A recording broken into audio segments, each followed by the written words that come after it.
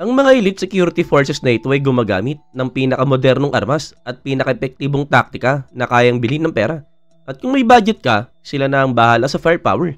Kaya naman samahan mo kami ngayon habang tinitignan natin ang 15 sa pinakamalalaking private army sa buong mundo. Pero bago natin simulan yan, kung bago ka pa lamang sa aming channel, huwag mo sana kalimutan na mag-subscribe para naman lagi kang updated sa mga ganitong uri ng video. Number 15, Academy. Dating kilala bilang Blackwater USA, ang Academy ay isang American private military company na itinatag noong 1997. Ang founder nito ay si Eric Prince, isang dating US Navy SEAL, kaya alam mong hindi basta-basta ang kanilang serbisyo. Noong sinimulan pa lamang ang kumpanya, sinabi ni Prince na sinusubukan naming gawin para sa national security kung ano ang nagawa ng FedEx para sa mga postal service. Ibig sabihin, mas mabilis, mas eficiente, mas modern at talagang mas malaking pangako yan. Nakuha ng Blackwater ang unang malaking nitong kontrata noong 2000 sa gitna ng tension sa Middle East. At hindi ito simpleng mission, hindi sila nagdala ng 10 tao gaya ng nasa video game. Kailangan nila ng 100,000 sailors na tuturuan at ihahanda para sa mabibigat na operation. Dahil na rin sa sunod-sunod na issue, nag-resign si Eric Prince noong 2009. At ang kumpanya ay nirebrand bilang Academy noong 2011 nang pumasok na ang mga bagong investors. Sa ngayon, ang Academy ay nagtatrabaho kasama ang federal, state at local government agencies, pati mga law enforcement at intelligence organization sa iba't ibang bahagi ng mundo. Number 14, ICTS International. Ang ICTS International ay medyo kakaibang partnership. Pinagsama dito ang mga security personnel ng mahigpit na pinapatakbong El Al Israel Airlines at isang dating opisyal ng Israel Security Agency para mabuo ang isang Israeli private security company noong 1982. Karamihan sa mga tauhan nila ay security expert, dating intelligence officers, at mga dating high-ranking military commanders. Kahit nasa Israel ito natatag, ang kanilang headquarters ay nasa Netherlands. Nakatuon ng ICTS International sa aviation at homeland security, pati na rin sa transportation tulad ng railways at public transit. Ang komplikado man pakinggan, malinaw na kaya nilang mag-assemble ng team na handang lumipad kahit saan man at kahit kailan. Sila ay specialized sa aviation security at kaya nilang magpalis ng mga VIP at mga head of state sa kanilang private jet ng mabilis, tahimik at talagang hindi nakakapukaw ng pansin. Pero kapag nagkaroon ng tension, handa rin silang sumalo ng init. Noong 1990s, sila ang gumawa ng advanced passenger screening, isang computer technology na ginagamit ngayon ng halos lahat ng major US airlines. Gumagamit ito ng algorithm para mag-background check at tukuyin kung sinong pasahero ang posibleng maging banta bago pa man sila makasakay. Layunin ng ICTS International na pigilan ng aviation attacks bago pa man ito mangyari. At gaano man sila kalaki, noong 2008, ang revenue ng company na ito ay halos $100 million na ginamit nila na pang-upgrade at pag-develop ng high-tech gadget at security software. Number 13, Northbridge Services Group. Ang Northbridge Services Group ay rehistrado sa Dominican Republic. Pero karamihan ng operasyon nila ay nasa Kentucky, Ukraine at United Kingdom. Sila ay isa sa mga kilalang private military contractors na nagbibigay ng highly confidential at epektibong security services para sa may mga kakayahang magbayad at magandang reputation. Kliyente nila ang mga government, multinational corporation, NGO, corporate sector at maging mga high-profile individuals. Ang CEO at presidente nila ay si Robert Kovacic, isang dating US Army Lieutenant Colonel at Vietnam veteran. Nasa grupo na siya mula 2003 at sanay siya sa mga high-stress at high-stake operation. Kabilang sa services ng Northbridge, ang security advisory at specialized training, operational support, intelligence support, at strategic communication. Tumutulong din sila sa mga local law enforcement kapag kailangan ng dagdag na expertise, lalo na sa counterterrorism, organized crime, smuggling, maritime defense, anti-narcotics, environmental protection, at kahit anti-poaching operation. Noong 2012, umabot na sa $50 million ang kinita ng grupo. Ang pinaka-controversial at kilalang proyekto nila ay noong 2003 nang mag-alok sila ng dakpi ng Liberian President na si Charles Taylor kahit na convicted war criminal ito kapalit ng $4 million bounty. Mukhang kaya rin nilang idagdag sa kanilang serbisyo ang pagiging professional bounty hunters. Number 12, Triple Canopy. Ang Triple Company ay isang private security at defense contracting firm na nakabase sa Virginia at itinatag noong 2003. Ang kumpanya na ito ay binuo ng mga dating sundalo ng US Special Forces at karamihan sa empleyado nila ay ex-Special Forces o dating pulis. Nagbibigay sila ng mission support, high-level security at world-class training para sa mga government agencies at multinational corporations. Sino pa nga ba ang mas angkop na mag-train sa mga security teams kundi ang mga dating Green Beret na halos lahat ng sitwasyon ay dinaanan na? Napakarami ng kanilang kliyente mula NGOs, telecom companies, oil and gas firms, mining corporations hanggang financial institution. Mayroon silang humigit kumulang 5,500 na empleyado at lahat ng ito ay highly trained. At kung gusto mong magtrabaho sa kanila bilang security personnel, kailangan ay may matibay na military operation experience, military police background o emergency medicine training. Matindi ang standard dahil ang mga nasa chain of command nila ay mga Delta Force officers. Malaki rin ang papel ng Triple Canopy sa Iraq War at ang isa sa mga kontrata nila ay nagkakahalaga ng halos $1.5 billion. Malinaw na napaka-importante ng mission na ito. Number 11, Prosegur.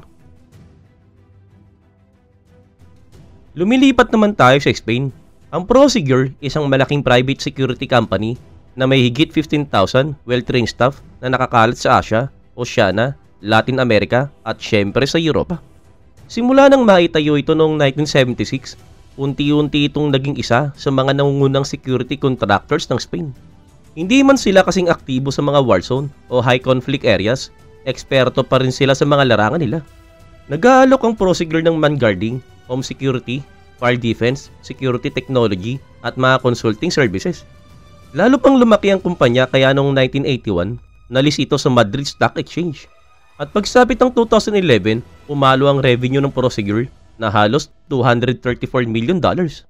Kung nasa Madrid ka, madalas mong makikita ang mga armored vans ng Prosegur na nag-iikot at nagdadala ng malalaking halaga ng pera papunta sa iba't ibang bangko sa buong mundo.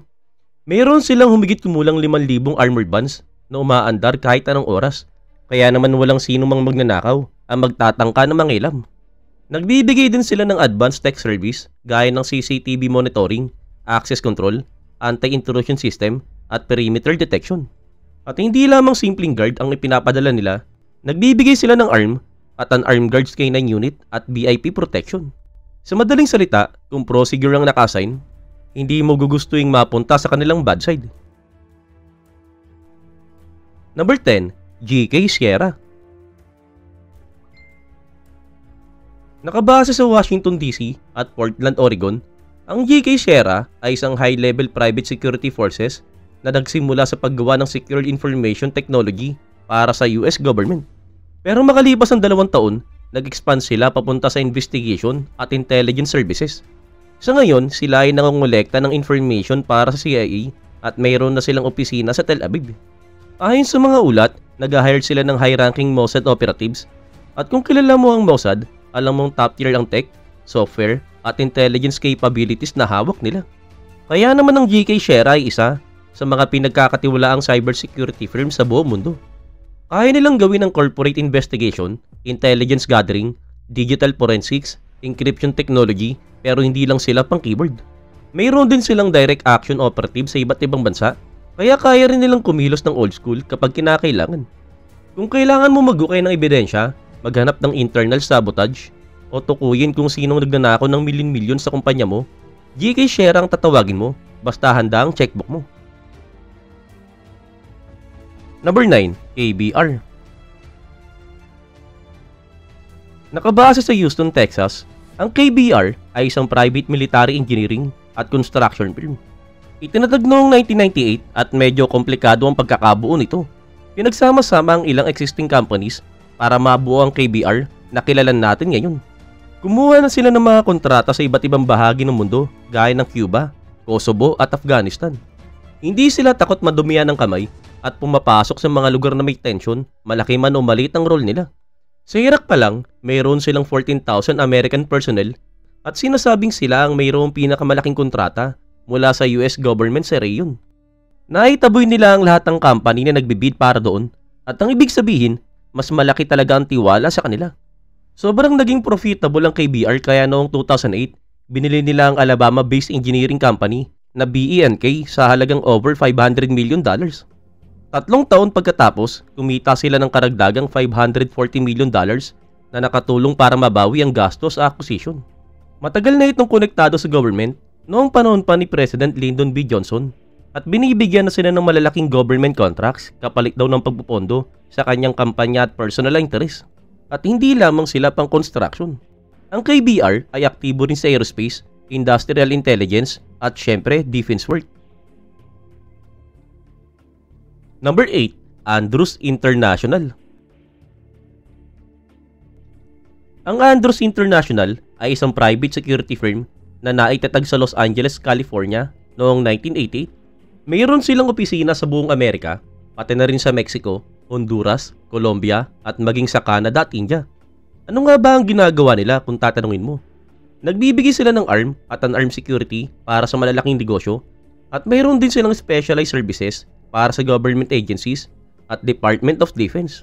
Noong 2009, nabili nila ang Canadian global security firm na Guard the World, isang malaking company na nag-ooperate sa US at Mexico sa halagang $44 million. Ipinagmamalaki ng Andrews International ang pagiging professional provider at comprehensive security at risk mitigation services. Kaya nilang bantayan ng national landmark, major tourist attraction, industrial site, bank at financial institution, healthcare facilities, school, at ang mensahe nila, kung may pag-aari ka, kaya nilang protektahan. Pero syempre, mataas ang security stake, mataas ang expectation ng kliyente, at ang pinakamataas sa lahat ng bill. Mabuti na lang, karamihan ng nagbabayad ay mga government. Number 7. Asia Security Group. Ito ang isa sa mga pinaka-unique sa listahan. Kaya kung gusto mong subukan, pwede kang sumilip kung hiring sila. Pero siguradong napakahirap makalusot sa qualification ng Asia Security Group. Ang Asia Security Group ay isang Afghanistan-based private security company na kilala sa kanilang license at heavily armored troops. Mysterious at kulang sa public info ang company, subalit malinaw na sila ay isang highly trained armed security forces. Mayroon silang branches sa Kabul, Mazar-e-Sharif, Jalalabad at Kandahar. At nangako silang magbibigay ng comprehensive, customized security solutions para sa government at corporate clients, lalo na sa mga high-risk location. Nakapagtrabaho na rin sila sa US Forces Afghanistan, lalo na sa mga pagbabantay ng supply convoys sa mga pinakamapanganib na lugar sa bansa. Kamakailan lamang, nakipag-partner na rin sila sa DynCorp, isa pang major US private military contractor para sa security risk assessment, management at business development. Number 6. Unity Resources Group. Hindi lang sa US at Middle Eastern countries ang mayroong malalakas sa private security forces. Ang Unity Resources Group ay isang Australian firm na naitatag noong 2000. Karamihan sa kanilang personnel ay galing sa Australia at New Zealand, pero interestingly, ang headquarters nila ay nasa Dubai. Nag-aalok sila ng serbisyong panglupa, pangdagat at panghimpapawid sa mga lugar na komplikado, delikado at walang maaasahang infrastructure. Kaya naman may sense kung bakit sila nakabase sa Dubai. Oo, mayaman ang lungsod, pero kapag lumabas ka ng city proper, makikita mong hindi ganoong ka-develop ang mga karatig na teritoryo. At doon na pumapasok ang pangangailangan para sa mga tulad ng Unity.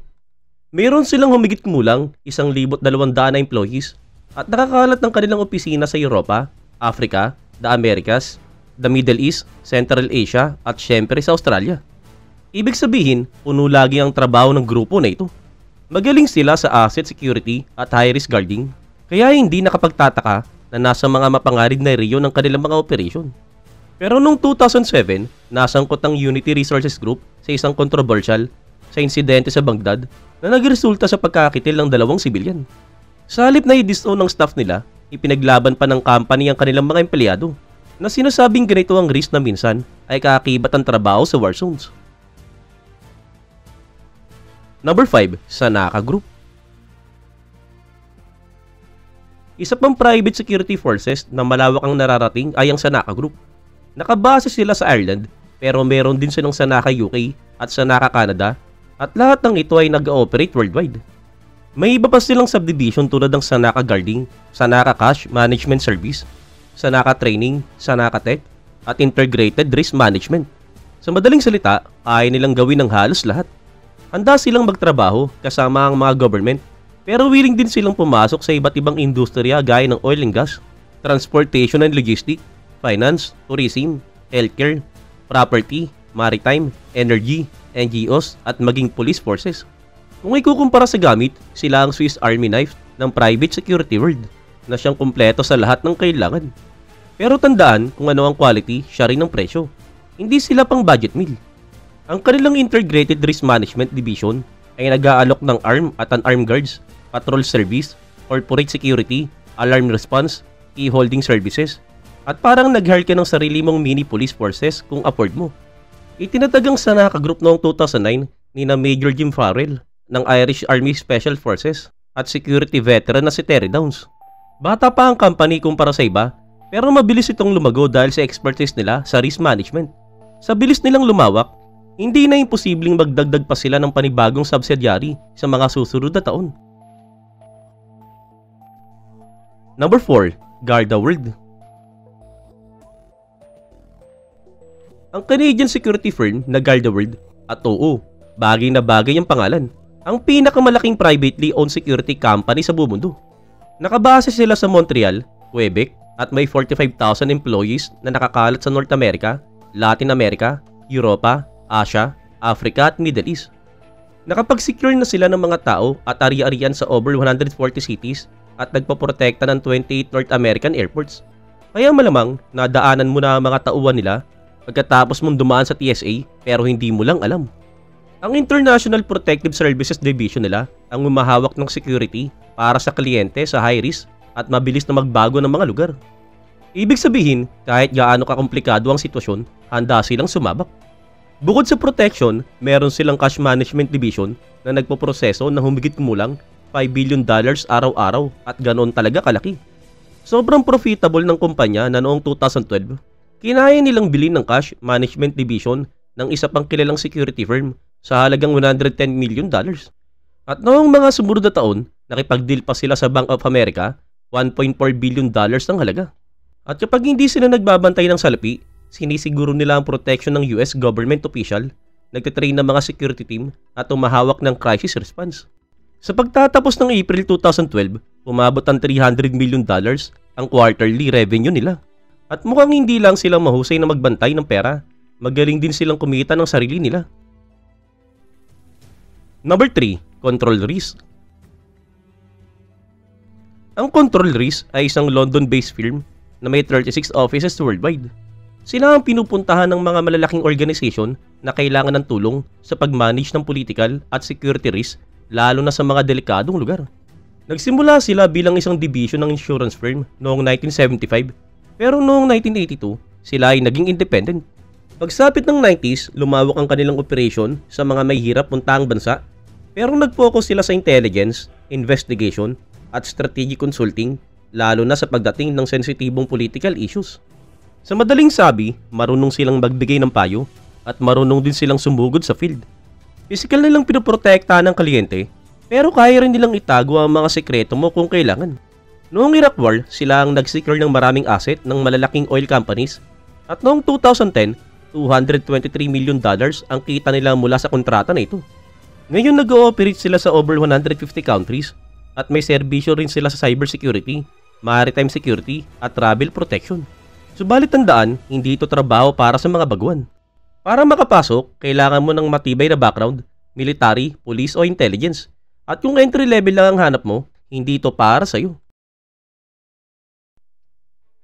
Number 2. G4S. Hindi lang cool pakinggan ang pangalan, pero ang G4S ay isa sa mga pinakamatagal at pinakamalaking security firm sa buong mundo.